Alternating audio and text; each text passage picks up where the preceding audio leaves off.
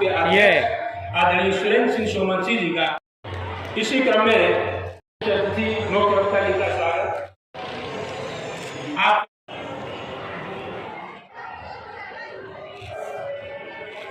मातेश्वरी बिनती मेरी स्वीकार कीजिए, बिनती करो स्वीकार माँ फिर प्यार दीजिए। तुमसे घिरे संसार की तुम हारिणी हो माँ, तुमसे घिरे संसार की तुम हारिणी हो माँ। अज्ञान अरि को ज्ञान खड्ग धारिणी हो माँ, अज्ञान अरि को ज्ञान खड्ग धारिणी हो माँ। भवतारिणी भवतारिणी तमहारिणी भव पार कीजिए, विनती करो स्वीकार माँ फिर प्यार दीजिए। तुलसी कबीर सूर बना सबको सहार दे। प्रमुख यह है कि हम लोगों ने पिछले साल अपने इसी कार्यक्रम में एक रेजोल्यूशन पास किया था कि जो इतिहास है, जो संस्कृति है, या जैसे लोग नाम बदलने का काम की बात कहते हैं, वो तब तक संभव नहीं है जब हम किसी चीज के अंदर तक न जाएं। आज चाहे वो काशी विश्वनाथ हो, चाहे वो राम मंदिर हो, जब उसकी खुदाई हुई, तमाम रिपोर्ट्स आई, उसके बाद में ये सिद्ध हो पाया कि यहाँ पे क्या था या क्या है या क्या होने वाला। तो हमने जिलाधिकारी के माध्यम से आर्कियोलॉजिकल सर्वे ऑफ इंडिया को एक लेटर दिया है और लगातार उनसे फॉलो अप कर रहे हैं। परसों भी हमने एक लेटर दिया कि यहाँ पे खुदाई कराई जाए, क्योंकि अलेक्जेंडर कनिंघम जो आर्कियोलॉजिकल सर्वे ऑफ इंडिया के जनक थे, उन्होंने भी फर्रुखाबाद तक दौरा किया और बताया कि और नामों के शहर तो दुनिया में अलग अलग शहर भारत में या कहीं हो सकते हैं, लेकिन काम्पिल्य नाम का शहर पूरे देश में कहीं नहीं है। और आप लोग जब पूजा करते हैं, आपके घर में जब धार्मिक अनुष्ठान होते हैं, तो काम्पिल्य वासिनी शब्द का जिक्र जरूर आता होगा जो थोड़ी बहुत भी जानकारी रखते हैं। तो हम लोगों ने इसकी खुदाई के लिए मांग कर रहे हैं। जो हमारे मीडिया के बंधु हैं, हम चाहते हैं कि वो इस चीज को आगे बढ़ाएं, हमारा सहयोग दें। 26 में जिन्हें जर्मनी में किंग हुड की उपाधि दी गई थी, यहाँ के सालों के एक रिप्रेजेंटेटिव थे, उन्हें राजकुमार की उपाधि वहां दी गई थी। और उन्होंने एक सिटी ऑफ जॉय करके उन्हें चित्र दिया गया जर्मनी में, जिसकी उन्होंने एक चादर बनाई और उस चादर के प्रिंट पूरी दुनिया में इतने बिके कि वो साध कम्युनिटी पूरी दुनिया में प्रसिद्ध हो गई। उनका यहाँ बहुत बड़ा छपाई का काम था, लेकिन प्रदूषण और दुनिया भर की बातों की वजह से उन्होंने अपना काम कुछ गुजरात में और कुछ दिल्ली के सीलमपुर में शिफ्ट कर दिया। बताते 4000 करोड़ का काम अगर वो यहाँ होते तो फर्रुखाबाद में हो रहा होता, ऐसी एक रिपोर्ट हमारे जानकारी में आई।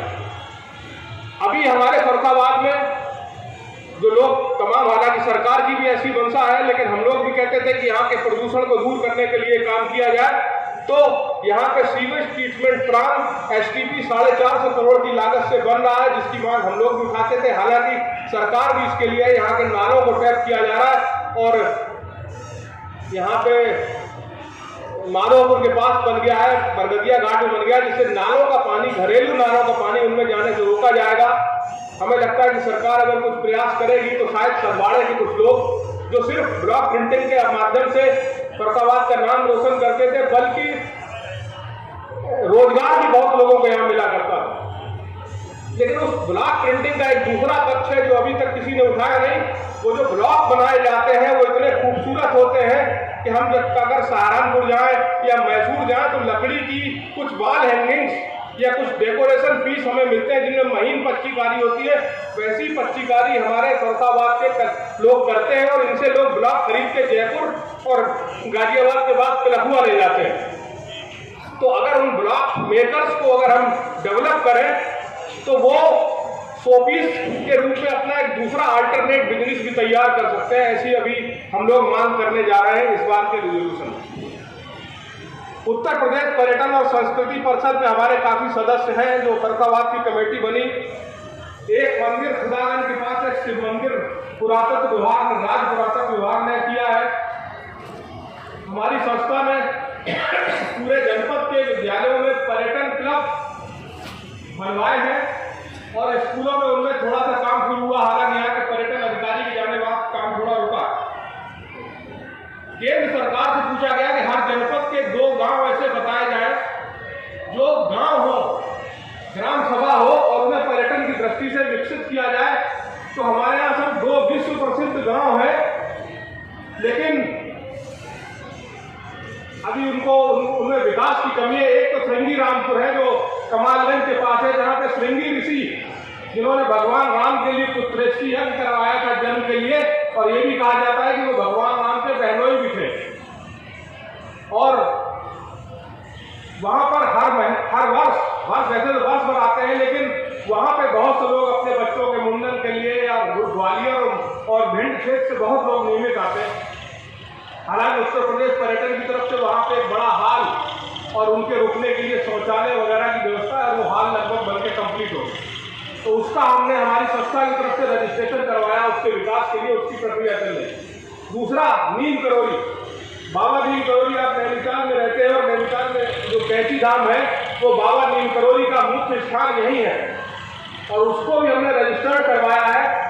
उत्तर प्रदेश पर्यटन की तरफ से हमारी मांगों के बाद वहां पर भी एक 3 शेड बन गया है और एक बाहर एक हॉल जैसा भी बन गया। हम एक ऑडिटोरियम की मांग निरंतर कर रहे हैं। सुरेश खन्ना जी जो पिछले यहाँ मंत्री जी आए या जितिन प्रसाद जी आए, उनको भी हमने एक लेटर दिया। जय हिंद दोस्तों, आज की बात न्यूज पर एक बार फिर से स्वागत है। फर्रुखाबाद उत्तर प्रदेश, पंचाल घाट एक मेला रामनगरिया, जिसे आप बताएंगे जरा संक्षेप में। पहले तो मैं पांचाल शोध एवं विकास समिति को धन्यवाद देना चाहता हूं कि उन्होंने इतना व्यापक तरीके से 2015 से ही समाज में सक्रिय है और इस क्षेत्र के विकास के लिए पूरा सहयोग कर रहे हैं, जन जागृति कर रहे हैं। मैं आगरा विश्वविद्यालय में मैं प्रोफेसर हूं, पर्यटन मेरा विषय रहा है। जहां तक मैं समझता हूं कि सबसे पहली जरूरत है कि फर्रुखाबाद का नाम यहाँ के संस्कृत के अनुरूप किया जाए। फर्रुखाबाद की करें, स्पेशली श्री रामनगरिया मेला की, तो प्रयागराज के कुंभ के बाद ये पूरे विश्व का 2nd लार्जेस्ट माने कांग्रेसेशन है। आप ये देखिए मेले क्षेत्र में कितने लोगों को रोजगार मिलते हैं। बिल्कुल। और हमारे पूर्वज, मैंने कहा ना कि वो जो आज 4 किताबें पढ़ करके, अंग्रेजी की किताबें, वो भी वेस्टर्न की फिलॉसफी पे जो जीडीपी की बात करते हैं, तो इससे बड़ा जीडीपी क्या होगा? मनी का सर्कुलेशन। हमारे पूर्वजों ने कैसे प्लान किया कि धर्म के साथ मानसिक आध्यात्मिक उन्नति भी हो लोगों की, उसके साथ साथ आर्थिक उन्नति भी हो। आप ये देखिए मेले में तमाम ऐसे गरीब लोग हैं जिनके 4-6 महीने का जीविका का इंतजाम हो जाता है इस मेले के माध्यम से। सुरेंद्र सिंह सोमन सिंह। सुरेंद्र सिंह जी, क्या कहेंगे? फर्रुखाबाद जो है ये बहुत ही ऐतिहासिक स्थल है। पांडव जो हैं लाक्षागृह से बचने के बाद यहीं पर आए और उन्होंने राजा द्रुपद का किला था जो वर्तमान में टाउन हॉल है, यहाँ पर उन्होंने निवास किया और यहाँ पर अपने जो उनके पूज्य थे भगवान शंकर का मंदिर की स्थापना की, जो आज पंडा बाग के नाम से मशहूर है।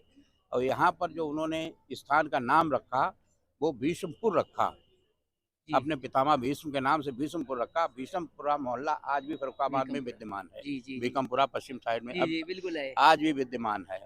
धीरे धीरे यहाँ पर चूंकि पांडव सैफ थे तो यहाँ की आबादी बढ़ी। यहाँ के हर गली मोहल्ले में इतने शिवालय हो गए कि काशी के बाद सर्वाधिक शिवालय फर्रुखाबाद में ही है। कहीं भारत में कहीं नहीं, दुनिया में कहीं नहीं, सर्वाधिक शिवालय अगर काशी के बाद हैं तो फर्रुखाबाद नगर में ही है, इसलिए इसको अपरा काशी कहा गया। यही नहीं, पांडव यहाँ पर रहे, उन्होंने ये शीतला देवी का मंदिर है, माता कुंती ने यहाँ पर माध्यम से पांडव द्रौपदी जो है हजारों लोगों को प्रतिदिन भोजन कराती थी। वो सूर्य मंत्र यहीं पर प्राप्त हुआ। तो फर्रुखाबाद का इतिहास इतना विस्तृत है, देखा जाए तो बहुत से नाम आते हैं राजनीतिक रूप से कि पांचाल नगर रख दो, फलाना रख दो। क्यों न पितामह भीष्म के नाम से जो समस्त हिंदुओं के पितामह हैं, हम पिंडदान करते हैं 3 को, तो पितामह का एक पिंडदान पितामह भीष्म को सभी हिंदू करते हैं। तो हमने प्रस्ताव भी भेजा है उत्तर प्रदेश सरकार को डीएम साहब के माध्यम से कि इसका नाम भीष्म नगर रखा जाए नंबर 1 पर। अगर दूसरा नाम प्रस्तावित है तो अपरा काशी है। पांचाल क्षेत्र जो पूरा है, पांचाल नगर तो जितने हैं सब जिले के पांचाल नगर हैं।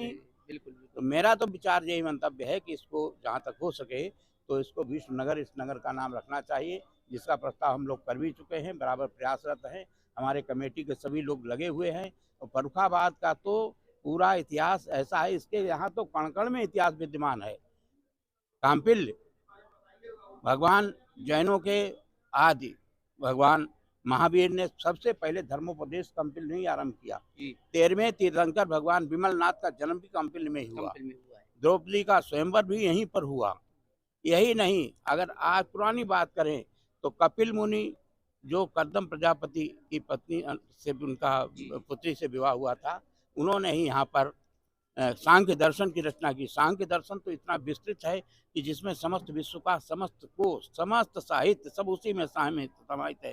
चाहे केमिस्ट्री है, फिजिक्स है, चाहे विज्ञान है, विज्ञान सभी हर चीज उसमें विद्यमान है 25 तत्वों के अंतर्गत। तो सांख्य दर्शन के प्रणेता वहाँ पर है। गायत्री मंत्र के दृष्टा हमारे ऋषि विश्वामित्र जी कन्नौज के थे, वो भी पांचाल के अंदर है। पांचाल क्षेत्र इतना विस्तृत है, उसका भी पांचाल की व्याख्या बिल्कुल विकृत कर दी है। उनको कुछ मालूम ही नहीं इन इतिहासकारों को। लेकिन हमारे देश की ऐसी स्थिति चल गई कि कांग्रेस शासन में जो पाश्चात्य विद्वान हैं उनके ही वाक्यों को हमने आयते हदीस मान लिया और उन्हीं की बातों पर हम चल रहे हैं। वही हमारे बच्चों को पढ़ाया जा रहा है। कहीं ना कहीं देखा गया फर्रुखाबाद पिछड़ा हुआ क्यों नजर आ रहा, चाहे वो सड़कों को लेकर ले लो, चाहे पीने के पानी को ले लो, चाहे हमारे धार्मिक स्थल ले लो।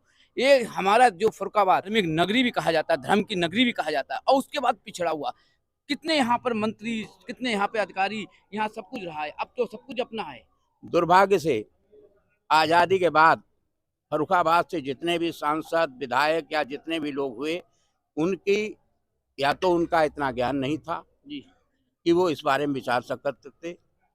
शुरुआत में, आज़ादी के शुरुआत में देश इतना दबा और कुचला हुआ था, हमारे नेता भी इतने दबे कुचले हुए थे। वो अपनी जो हमारे पुराना इतिहास उसके बारे में बताने की हिचक होती थी कि अंग्रेज तो अंग्रेज है, अंग्रेज का गुणगान करना ही अपना सर्वोच्च समझते थे, इसलिए उनकी बात है। उसके बाद जो लोग आए उन्होंने फर्रुखाबाद के लिए कुछ किया ही नहीं, और आज भी फर्रुखाबाद के लिए कुछ नहीं किया जा रहा है। गंगा एक्सप्रेस वे जो यहाँ पर किनारे से जा रहा था पूरा फर्रुखाबाद में होकर, उसको सुरेश खन्ना यहाँ से हमारे मंत्री उत्तर प्रदेश शासन के जलालाबाद से दक्षिण 6 किलोमीटर जहाँ का नेता भारी पड़ता है वो विकास अपने यहाँ ले जाता है। तो भारी पड़ता है। फर्रुखाबाद के मैटर में भी ऐसा ही हुआ कि खन्ना जी नंबर 2 के मंत्री हैं जी, कैबिनेट मंत्री हैं, तो उनका प्रभाव चला और उन्होंने यहाँ से अपनी तरफ खींच ले गए, जो कि फर्रुखाबाद के लिए दुर्भाग्य कहा जाएगा। फर्रुखाबाद गंगा का किनारा है और फर्रुखाबाद में एक्सप्रेस वे होना चाहिए था, लेकिन हमारे जनप्रतिनिधि शायद उतनी अपनी बात स्पष्ट रूप से नहीं रख पाए। कहीं ना कहीं यहाँ का एक फ्लाई ओवर भी कहीं अपनी तरफ से किसी को ये सुनने को आ रहा है, पब्लिक करेगी, सांसद जी ने अपना मकान बचाया, फ्लाई ओवर चेंज कर दिया गया। इस पर भी क्या कहीं ना कहीं हम लोग कमजोर हैं क्या, या हमें सरकार कमजोर है?